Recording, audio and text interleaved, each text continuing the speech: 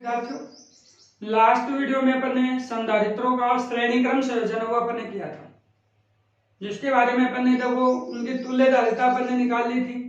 तुल्य धारिता अपन यदि भिन्न भिन्न ले रहे थे तो अपन ये कह रहे थे तुल्य धारिता 1/CS बराबर 1/C1 plus 1/C2 plus 1/C3 करे। फिर अपन ने ये कहा था कि यदि समान धारिता वाले n संधारित्रों को श्रेणी क्रम में जोड़ा जाए तो उनकी तुल्य धारिता का मान क्या होता है, एक संधारित्र की धारिता तथा संधारित्रों की संख्या के अनुपात के तुल्य होता है। ये अपन बता चुके हैं। यही कहा था देखो श्रेणी क्रम संयोजन में 1/CS बराबर 1/C1 plus 1/C2 plus 1/C3 plus अपने पास क्या होगा 1/CN कर देंगे। फिर अपन ने देखो समान धारिता वाले n संधारित्रों को जोड़ा था। समान धारिता वाले n संधारित्रों को जोड़ा जाए तो अपने पास उसको भी अपन ने कहा था CS बराबर C/N का था। एक संधारित्र की धारिता एवं संधारित्रों की संख्या के अनुपात के तुल्य होता है। ये बात अपन बता चुके हैं। आज अपन देखो संधारित्रों का समांतर क्रम संयोजन करते हैं कि संधारित्रों का समांतर क्रम संयोजन क्या होता है। संधारित्रों का समांतर क्रम संयोजन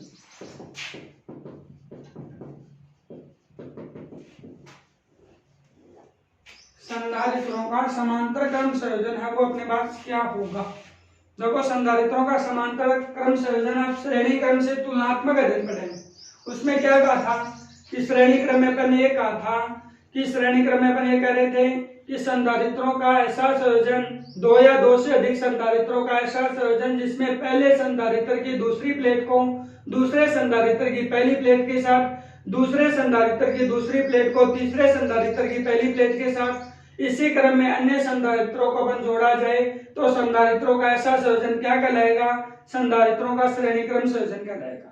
आज अपन कह रहे हैं कि संधारित्रों का समांतर क्रम संयोजन क्या होगा, तो अपन कहेंगे दो या दो से अधिक संधारित्रों का ऐसा संयोजन जिसमें प्रत्येक संधारित्र की प्रथम प्लेट को उच्च विभव बिंदु से जोड़ा जाए तथा संधारित्रों की द्वितीय प्रत्येक संधारित्र की दूसरी जो प्लेट है उनको अपन उनके उभयनिष्ठ बिंदु को अपन ये कह दें निम्न विभव के साथ जोड़ा जाए या निम्न विभव बिंदु के साथ जोड़ा जाए, उसे अपन क्या कर देंगे, संधारित्रों का समांतर क्रम संयोजन कर देंगे।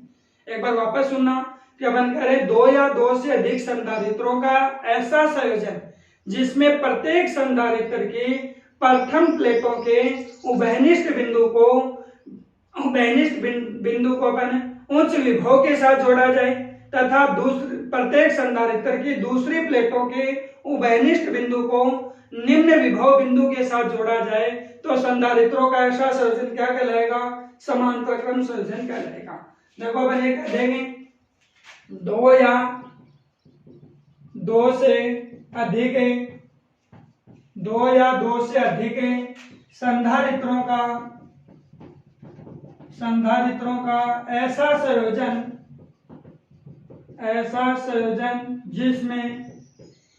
जिसमें प्रत्येक संधारित्रों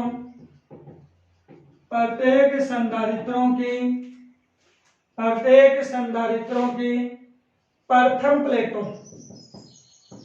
प्रथम प्लेटों के उभयनिष्ठ बिंदु को बैटरी के उभयनिष्ठ बिंदु को उच्च विभव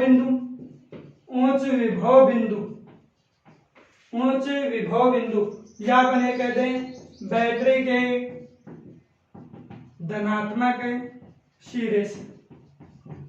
उच्च विभव बिंदु का मतलब क्या कह रहे हैं, बैटरी के धनात्मक सिरे से तथा प्रत्येक संधारित्र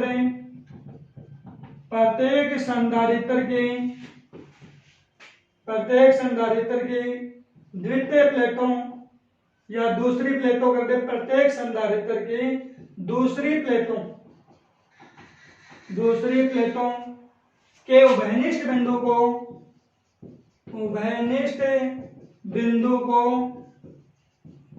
बिंदु को निम्न विभव बिंदु या मैं कह दूं बैटरी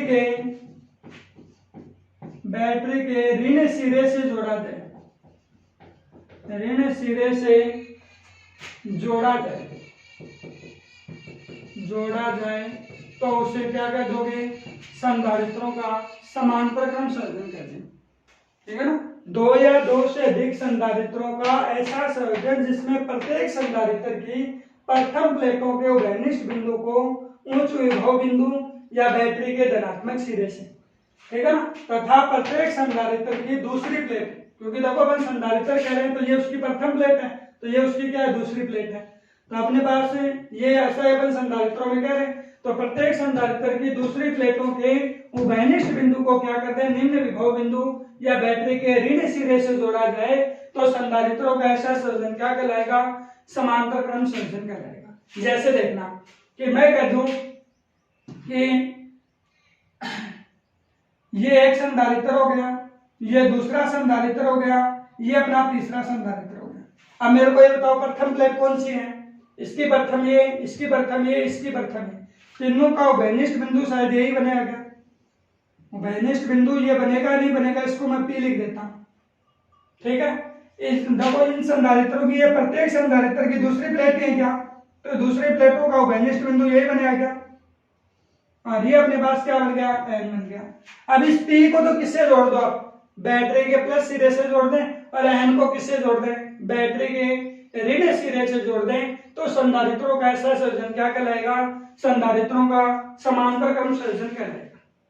ठीक है ना, तो इसको देखो अपन ये इस प्रकार से भी कह सकते हैं,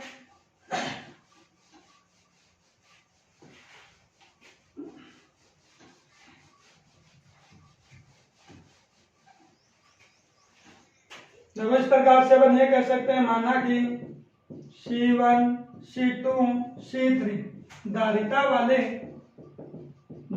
वाले तीन संधारित्रों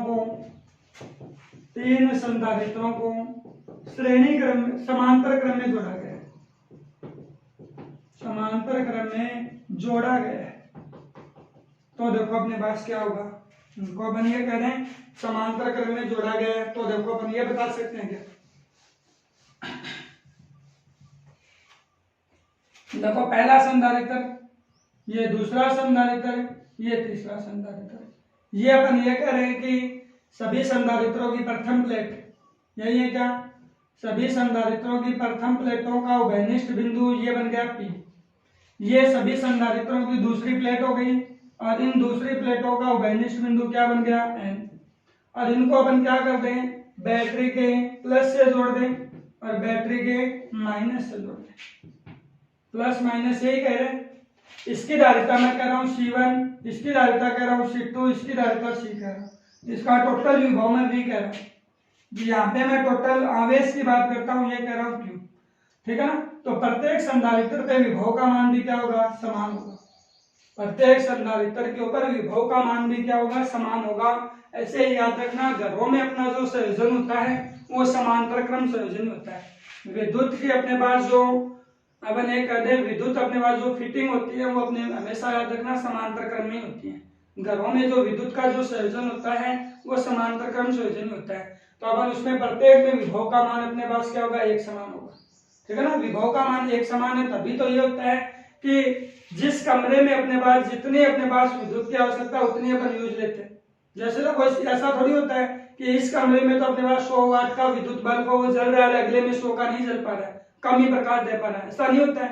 प्रत्येक कमरे में प्रकाश क्या होगा, एक समान देगा, वो विद्युत बल्ब था, तो वो अपने पास विभव का मान उसमें प्रत्येक में क्या होता है, एक समान होगा। और समांतर क्रम में याद रखना है, आवेश का मान क्या होता है, भिन्न भिन्न होता है। आवेश का मान क्या होगा, भिन्न भिन्न, इस पे Q1 है तो इस पे Q2 और इस पे Q3 होगा। तो एक बात और अपन ये लिख देंगे कि संधारित्रों के समांतर क्रम संयोजन में